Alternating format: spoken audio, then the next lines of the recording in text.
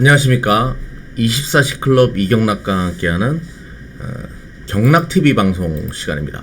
경락TV, 이경락TV 방송 시간이에요. 매주 화요일날 만나고요. 최근에 시장 동향부터 시작해가지고 이제 FOMC 성명서 발표 앞두고 뭐 큰 얘기는 나오지 않을 것이다 라고 대부분 다 분석하고 있는데 뭐 그럴 것 같아요. 근데 이제 그 이후에 또 옵션 만기일이 있고 미국의 옵션 만기일, 시장은 또 어떻게 바라봐야 되는가 부터 시작해가지고 최근에 이제 가치주에서 성장주로 자금이 이동하고 있다 이런 이야기 많이 하는데요. 그와 관련돼 가지고 이제 어떤 전략을 잡아야 될지 여러분들과 함께하는 시간 좀 가져보도록 하겠습니다. 먼저 이제 성명서 발표를 앞두고 말들이 참 많아요. 성명서 발표를 앞두고 이래저래 말들이 참 많은데요. 그 부분 한번 또 이야기 한번 해보고 넘어가 보도록 하겠습니다. 아무래도 이제 물가지표가 워낙 좋게 나왔고, 뭐 지겨워요 이 사진 이제. 미국의 인플레이션율 지겹습니다. 그리고 뭐 고용지표도 점진적으로 개선되고 있는 미국의 현재 상황. 그러다 보니까 이제 6월 FOMC 성명서 때 힘을 내어 파월 의장이 과연 어떤 발언을 해줄까? 테이퍼링에 대한 논의가 이루어지게 되면 굉장히 어려워질 수 있는데 시장에서 그런 우려감이 있는 건 사실이죠. 근데 중요한 부분은 이제 최근에 채권 수익률이 하락하고 있는 부분은 뭐 다시 또 돌아섰더라고요. 근데 뭐 크지는 않고 하락하고 있는 부분은 기저효과나 연준이 항상 말했던 일시적인 병력 현상에 의한 인플레이션 상승률일 가능성이 높다. 이런 의견 쪽으로 이제 가닥이 잡히는 그런 흐름이고요. 우리나라 수출입 동향을 본다라고 하더라도 뭐 5월달이 이제 가장 안 좋았잖아요. 작년 5월. 전 세계가 멈췄죠. 지구가 멈춘다라는 생각이 들 정도로 작년 5월 1일부터 5월 10일까지는 안 좋았습니다. 그러다 보니까 이제 이번 2021년도 5월달은 수출입 통계에서 엄청나게 좋게 나왔죠. 5월 1일부터 10일 기준으로 바라봤을 때. 근데 6월 1일부터 이제 10일 기준으로 봤을 때는 아무래도 이제 작년 5월달은 기저효과가 크다 보니까 올해 대비해가지고 작년 대비해서 올해가 기저효과가 크다 보니까 높은 수출 성장률을 보여줬고 점진적으로 이제 줄어드는 그런 모습을 보여줍니다. 그러면 5월달은 인플레이션율의 거의 하이라이트 구간이다라고 시장에서 판단하는 투자가들이 많이 있었을 거예요. 그러다 보니까 이제 포스코나 뭐 석유화학과 같은 기저효과의 그 기대심리가 컸던 그런 섹터에서는 차익 실현에 대한 욕구가 강해지고 5월 지나고 나서 6월달 들어와서는 계속 점진적으로 이제 하락하는 그런 추세를 보이는 거 아니냐 이런 의견들도 있는데요. 틀린 분석은 아니겠죠. 아무튼 5월달의 인플레이션은 기저효과에 의한 흐름이었다라는 그런 분위기가 계속 확산되어 가고 있는 건 사실이고요. 그건 사실이에요. 이거는 뭐 바보가 아닌 이상 뭐 초등학생도 분석할 수 있는 부분이니까. 그러면 이제 이번 성명서 때는 별다른 얘기는 없을 것이다. 이런 분석들이 있죠. 그러면 테이퍼링에 대한 논의 시점은 언제쯤 잡는 것이 맞을까? 대부분 이런 생각을 가질 텐데요. 그거는 이제 8월 23, 24일인가요? 그때 잭슨홀 미팅을 어떤 디데이를 보고 있는 사람들이 굉장히 많죠. 아무래도 뭐 세계 중앙은행 총재들도 이제 함께하는 그런 자리이기 때문에 요때 이야기가 나올 가능성이 높다. 8월달에. 그러면 이제 그때 논의가 시작된다라고 하면 본격적인 테이퍼링의 시행은 아마도 2022년도 보통 6개월 정도 논의가 이루어지고 나서 한 6, 7개월 정도 있다가 시행이 됐던 과거의 사례를 봤을 때는 점진적인 테이퍼링의 시작이 2022년도 상반기 정도 진행될 것이다. 이런 생각을 하는 투자가들이 굉장히 많을 거예요. 자, 그러면 이제 원점을 한번 돌아보자고요. 이 테이퍼링에 대한 논의가 있을 때마다 흔들렸던 대표적인 시장이 있죠. 미 시장 중에 기술주가 많이 포진되어 있는 나스닥입니다. 나스닥이 요렇게럼 이제 채권 수익률이 첫 번째로 텄을 때 요렇게럼 빠졌었고요. 그리고 인플레이션율이 5% 수준까지 다달했을 때 4.2% 발표되고 5월달 피크가 될 것이다라는 그 분위기가 만들어지면서 대표적인 성장주가 많이 포진되어 있는 나스닥이 또 이렇게랑 빠졌어요.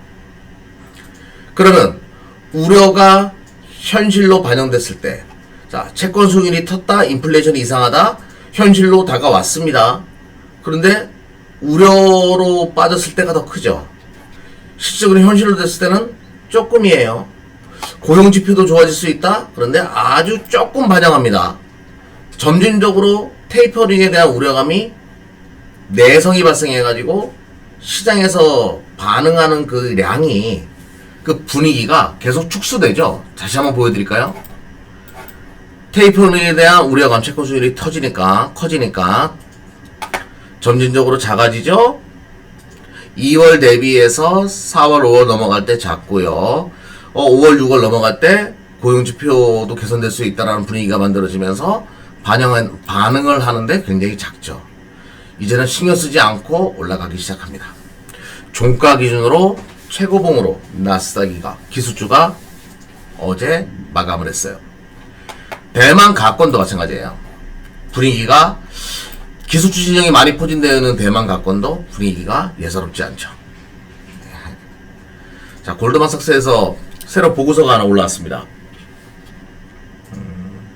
가치주에서 성장주로 자금 이동에 관련된 얘기가 나오기 시작했어요.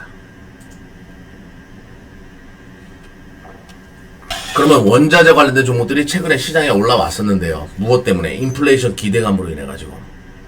근데 일시적이다라는 분위기가 만들어지기 시작하면 원자재 관련된 종목들이 조정이 만들어지는 거고요. 옆으로 기면서 다시 성장주로 자금이 오는 바톤 터치가 이루어지는 하반기가 예상될 가능성이 높다. 이렇게 봅니다. 근데 성장주로 너무 많이 가지 않았나요? 이런 생각을 하는 분들이 계실 텐데, 여기서 성장주에 대한 옥석 가리기가 필요해요. 옥석 가리기가. 다시 원점으로 돌아가서. 자, 그러면 이제 시장은 2022년도 테이퍼링이 본격적으로 진행된다라고 하면, 현재 지금의 구간을 리먼 사태 때부터 진행됐던 그 유동성 파티의 마지막 찬스 구간으로 시장은 볼 거예요. 연준은 그동안 풀어놨던 수돗물을 이제 점진적으로 잠그기 시작할 거다. 언제부터? 2022년도부터. 그러면 지금 우리 위험자산에 투자하시는 분들에게는 마지막 기회가 될 수밖에 없다. 그러면 우리 마지막에는 어떤 투자를 해야 될까요? 정성을 다해가지고 마지막 상승장에 주도주를 난 꼭 잡아야 되겠다라는 생각을 여러분들도 할 거고요. 저 또한 마찬가지고, 미국에 있는 많은 투자가들, 그리고 미국계 기관 투자가들, 유대인들, 돈 많은 사람들이죠. 자, 많은 그런 투자에 정성을 다하는 투자를 하려고 할 겁니다. 모래성을 쌓으려고 할 거예요. 무너질 수도 있는데요, 모래성은. 하지만 다 무너지지 않죠. 중간 지점까지는 모래가 버티고 있습니다. 무너진다라고 하더라도.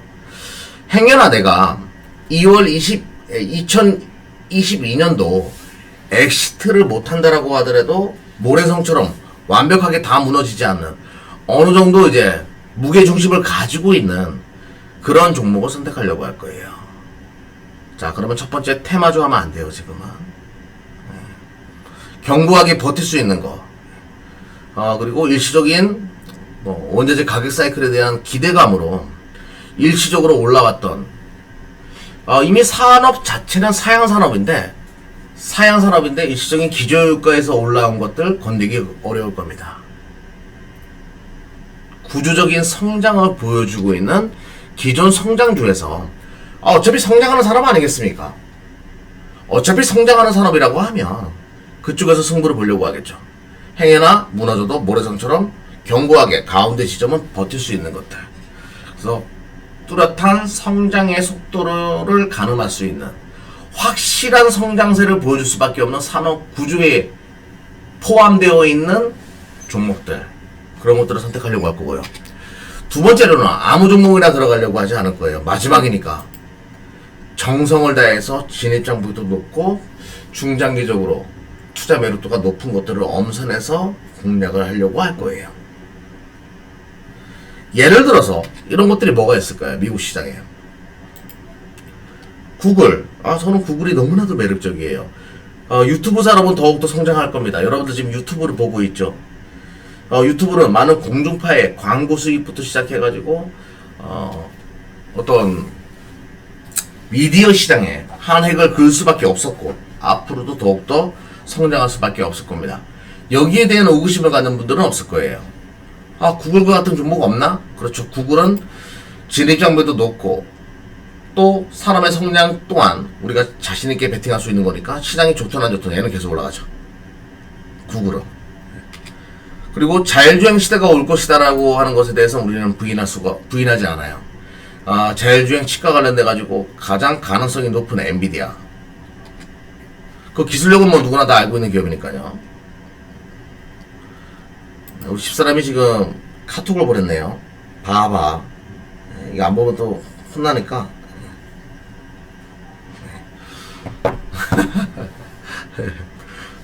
별거 아니네요. 예. 자, 엔비디아 이런 종목들도 최근에 주가가 굉장히 강한 그런 흐름을 보여주고 있습니다. 바로 이제 성장성과 진입장벽을 만들어 놓은 그런 종목들은 너무나도 뚜렷하게 시장에서 매기가 계속 형성되는 그런 구조다. 이렇게 보시면 되겠죠. 그러면 대한민국 업체들 중에서, 산업들 중에서 가장 성장성이 높은 산업은 뭐가 있을까요? 어떤 시대적인 변화가 발생했을 때 가장 발빠르게 대응하는 조직은 우리 가게일까요? 정부일까요?